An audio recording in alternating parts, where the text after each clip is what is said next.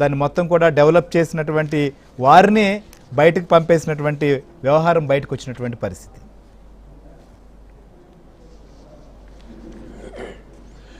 అందరికీ నమస్కారం అండి. సార్ 2019 ఎన్నికలప్పుడే పవన్ కళ్యాణ్ గారు రాష్ట్ర ప్రజల్ని హెచ్చరించారు సార్. జగన్మోహన్ రెడ్డి అనే వ్యక్తి కనుక అధికారంలోకి వస్తే ఆ కొండ నాదే, ఈ గుట్ట నాదే, ఇదిగో ఈ స్థలం నాదే అని చెప్పి మొత్తం కబ్జా చేస్తాడు, మొత్తం రాష్ట్రాన్ని ఆక్రమిస్తాడు అని చెప్పి ఆ రోజున పవన్ కళ్యాణ్ గారు హెచ్చరించడం జరిగింది.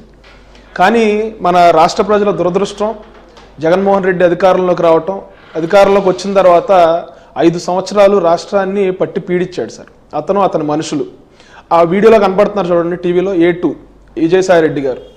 ఇక్కడ యాదృచ్ఛికం ఏంటంటే, కోయిన్సిడెన్స్ ఏంటంటే, జగన్మోహన్ రెడ్డి గారి అక్రమాస్తుల కేసుల్లో కూడా ఆయనే A2. ఈ రోజున కేవీ రావు గారు ఏదైతే కంప్లైంట్ రిజిస్టర్ చేశారో, కంప్లైంట్ ఫైల్ చేశారో, అందులో కూడా విజయసాయి రెడ్డి గారే A2. సో ఆయనే తెర వెనకుండి ఈ A1లు జగన్మోహన్ రెడ్డి గారిని అక్రమాస్తుల కేసులో, అదేవిధంగా ఇక్కడ విక్రాంత్ రెడ్డి గారు ఎవరైతే ఈ కాకినాడ సీపోర్ట్స్ సంబంధించిన ఇష్యూల్లో A1గా ఉన్నారో వీళ్ళందరినీ కూడా వెనకాలండి ఆయనే నడిపిస్తూ ఉన్నాడు. ఆయన్ని కనుక కరెక్ట్గా ఇంట్రాగేట్ చేస్తే ఇందులో లొసుగులన్నీ బయటకు వస్తాయి సార్.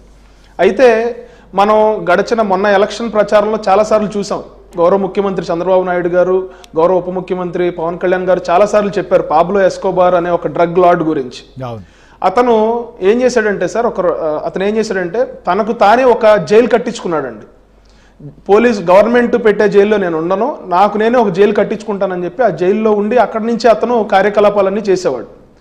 జగన్మోహన్ రెడ్డి గారు కూడా తాడేపల్లిలో ఒక జైలు కట్టించుకుని, జైలు అని ఎందుకంటా ఉన్నానంటే అది ప్యాలెస్ అంటారు, కానీ బయట నుంచి ఆ పెద్ద పెద్ద గోడలు, పెద్ద పెద్ద గేట్లు, బ్యారికేడ్లు ఇవన్నీ చూస్తే అది జైలు లాగానే ఉంటుంది సార్. అయితే అందులో ఉండి ఏది కబ్జా చేయాలి, ఎవరిని ఇబ్బంది పెట్టాలి, ఏ కొండను కొట్టేయాలి, ఏ మైనింగ్ని తవ్వేయాలి, ఏ మట్టి తినేయాలి అని చెప్పి ఆ తాడేపల్లి జైలు నుంచే, తాడేపల్లి ప్యాలెస్ నుంచే ఆయన పథకాలు రచించిన పరిస్థితి.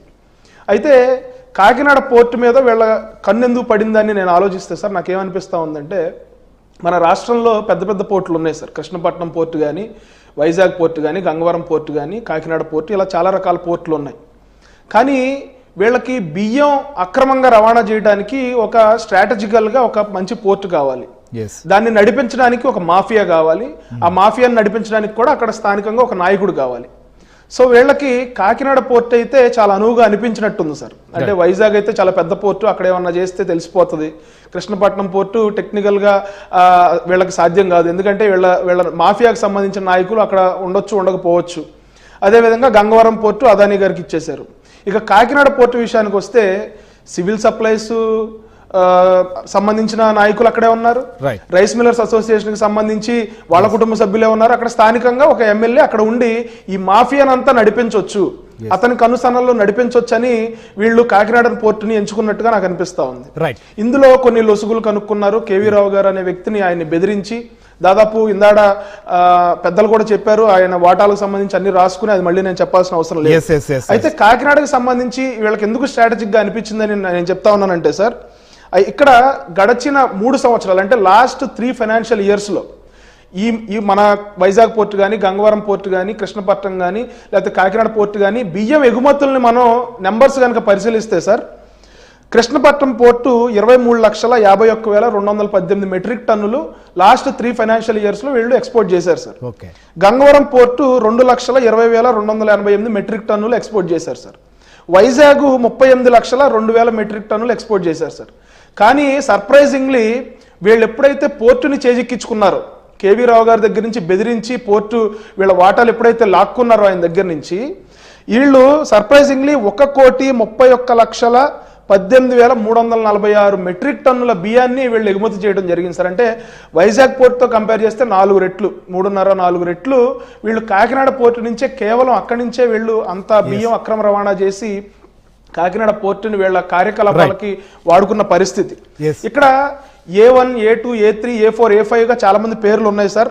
మీరు అన్నట్లుగా ఖచ్చితంగా కాకినాడ మార్చుకున్నారు తమ యొక్క వ్యవహారాలు కొనసాగించేందుకు. కానీ కేవీ రావుకి జరిగినటువంటి ఏదైతే అన్యాయం పైన ఆయన సిఐడి కూడా కంప్లైంట్ చేశారు, కేసు కూడా FIR చేశారు.